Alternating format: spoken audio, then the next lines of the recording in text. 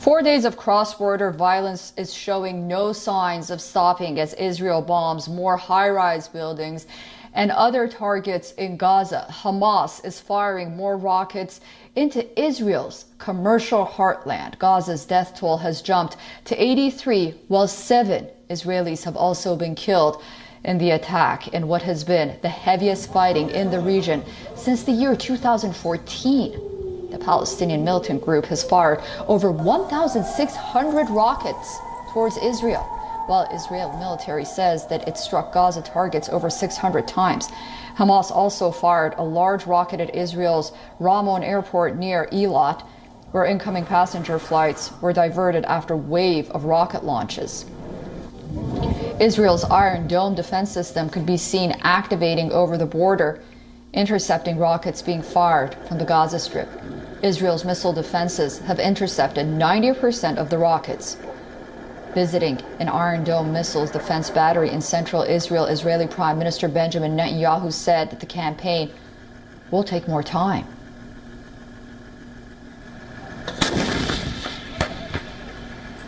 The defense activity of Iron Dome batteries is giving us an offensive space, and the IDF, or the Israeli Defense Forces, has already attacked hundreds of targets.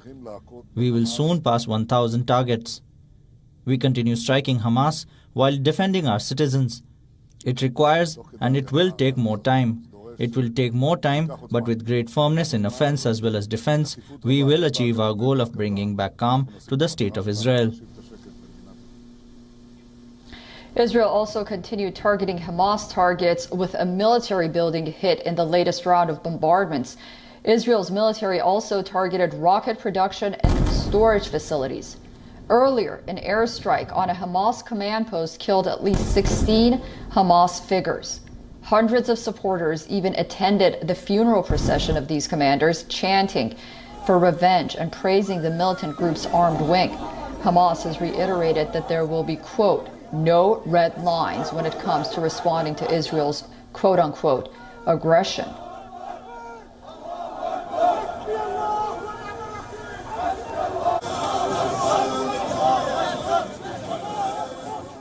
وإذا تعلق الأمر بالرد على عدوانكم والانتصار لأهلنا ومقدساتنا فلا خطوط حمراء ولا قواعد اشتباك مقدسة ولا حسابات معقدة. The Israeli-Palestinian conflict is raging, and U.S. President Joe Biden has thrown his support behind Israel. Joe Biden spoke to Israeli Prime Minister Benjamin Netanyahu and stated that Israel has a right to defend itself from rocket attacks. Joe Biden also added that he hopes that the violence will end sooner than later. Take a listen. And I had a conversation with Bibi Netanyahu not too long ago. I'll be putting out a statement very shortly on that. My expectation and hope is that this will be closing down sooner than later. But Israel has a right to defend itself when you have thousands of rockets flying into your territory. But I had a conversation for a while with the Prime Minister of Israel, and I think that my hope is that we'll see this coming to conclusion sooner than later. Biden also said his national security team has been in frequent contact with counterparts in Israel, Egypt, Saudi Arabia, and UAE to try to bring about a resolution to the conflict. White House statement about the Biden-Netanyahu talks said Biden condemned rocket attacks by Hamas and other groups against targets in Israel. Biden has conveyed his unwavering support for Israel's security and for Israel's legitimate right to defend itself and its people while protecting civilians. The statement also added that Biden conveyed encouragement of a pathway toward restoring a sustainable claim. He shared his conviction that Jerusalem, a city of such importance to people of faith from around the world, must be a place of peace. Benjamin Netanyahu has thanked Biden for the American backing of Israel's right to self-defense.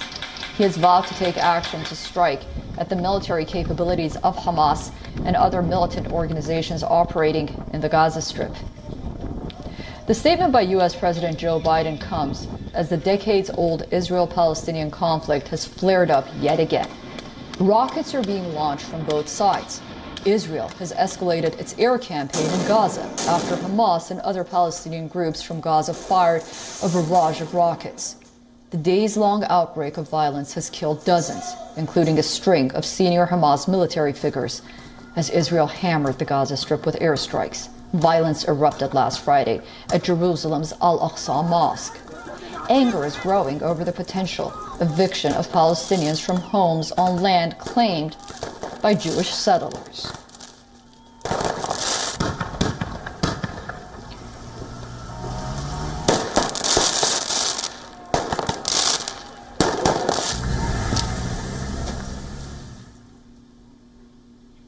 Now, Palestinians have pushed the idea of a third United Nations Security Council meeting in less than a week, and consequently, the UN Security Council will hold a new meeting on Israel-Palestinian clashes on Friday. This time, the public session would include participation by both the Israelis and the Palestinians. This emergency UN Security Council meeting has been requested by Tunisia, Norway, and China amid the worsening hostilities between Israel and Palestinians. Israel has refused to allow the Security Council to get involved in the conflict. Washington has so far agreed to the demand. The Council has already held 2 closed-door video conferences this week with U.S., which has opposed the adoption of a joint declaration, which the United States says would not, quote, help de-escalate the situation. Calling for de-escalation between Israel and the Palestinians, Russian Foreign Minister Sergei Lavrov has called for an urgent meeting of the Middle East diplomatic quartet. Lavrov was speaking at a joint briefing alongside United Nations Secretary General Antonio Guterres after talks in Moscow. He said that a meeting of 4 international mediators, which are Russia, the United States, the United Nations, and the European Union for resolving the intensifying conflict, is urgently required. Meanwhile, Lavrov also added that the meeting should be presented by top diplomats of 4 parties to the group, which was established in Madrid back in the year 2002.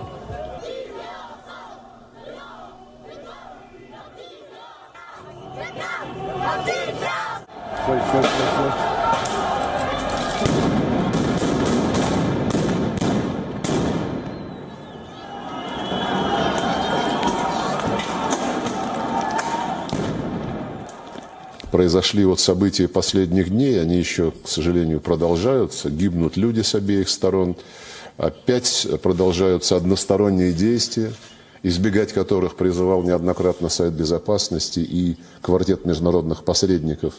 Мы сегодня, по-моему, так пришли к общему мнению, что наиболее острой задачей является созыв квартета международных посредников: Россия, Соединенные Штаты, ООН и Евросоюз. United Nations Secretary General Antonio Guterres repeated his urging for an end to the violence. Guterres said the UN is totally committed to revitalizing the work of the quartet.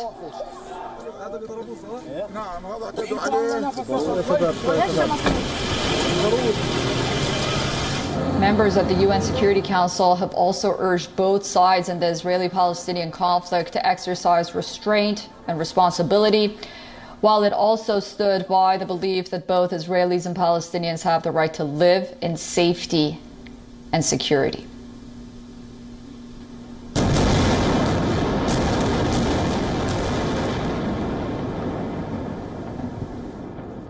The large numbers of civilian casualties, including children, from Israeli airstrikes in Gaza and of Israeli fatalities from rockets launched from Gaza, are both worrying and unacceptable.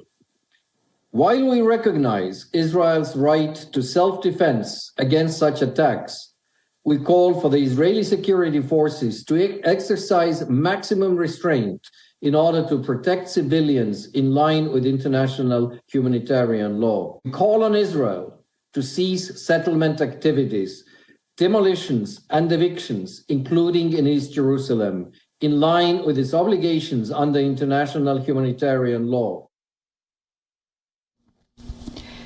Israel pounded 3 multi-story towers as it hammered the Gaza Strip with airstrikes, killing a string of senior Hamas military figures.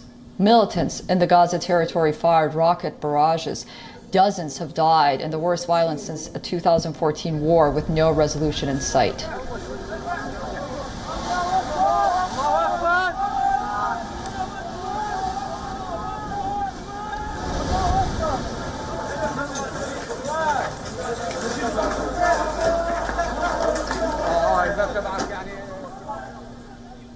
Meanwhile, Turkey is calling on Muslim nations to mobilize against Israel in the ongoing conflict with Palestine.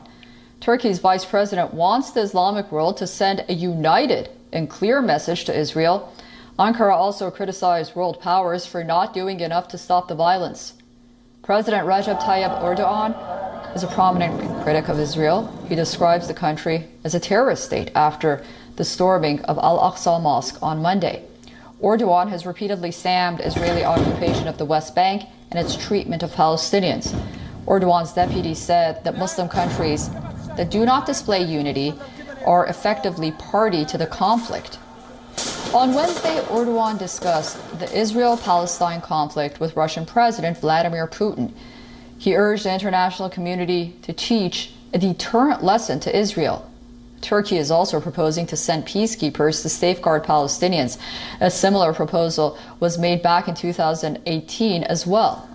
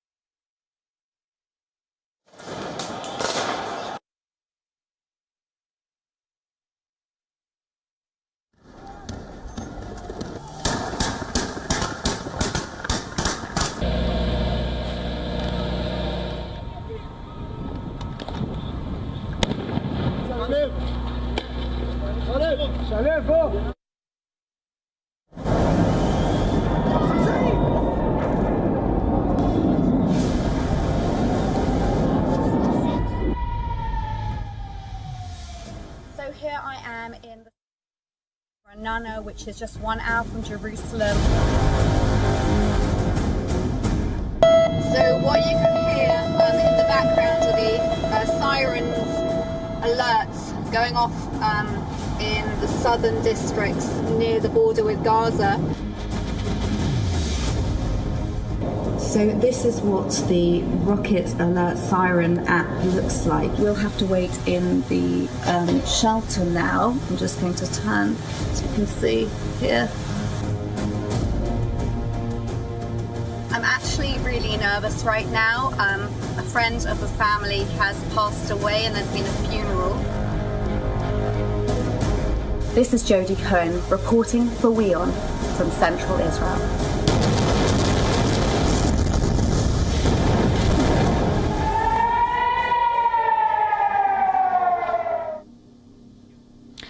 Along with the escalating conflict in Gaza, Israel is now struggling to quell internal violence on its own streets. Clashes broke out between Jewish and Arab Israelis in some of the worst communal violence that Israel has seen in years. Israeli Defense Minister Benny Gantz ordered a, quote, massive reinforcement of security forces to help contain the internal unrest that has rocked mixed communities. The forces would be reservists from Israel's border police, a military force that largely operates in the occupied West Bank. Israel's president warned of a civil war between the country's Arabs and Jews, as fury and fear ignited violence on the streets of Israel. Cars in a synagogue were torched in the Tel Aviv suburb of Lod. Stones were hurled at several motorists on roads, and residents were beaten. Israeli Prime Minister Benjamin Netanyahu urged for calm, asking Arabs and Jews in Israel to stop attacking one another.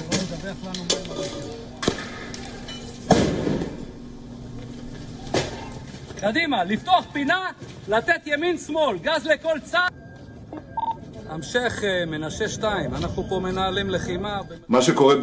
Nothing justifies the lynching of Arabs by Jews, and nothing justifies the lynching of Jews by Arabs. We will not tolerate this. This violence is not us. We will return administration and governance to the cities of Israel everywhere. In all cities, in mixed cities, in Jewish cities, everywhere. The Arab minority consists of around 21% of its population. While there are Israelis by citizenship, they are Palestinians by heritage. They mostly descended from the Palestinians who lived under Ottoman and British colonial rule before staying in Israel after the creation of the state back in 1948. Most of them are bilingual in Arabic and Hebrew. Over the years, Israeli Arabs have complained of the systematic discrimination, unfair access to housing, healthcare, and education services.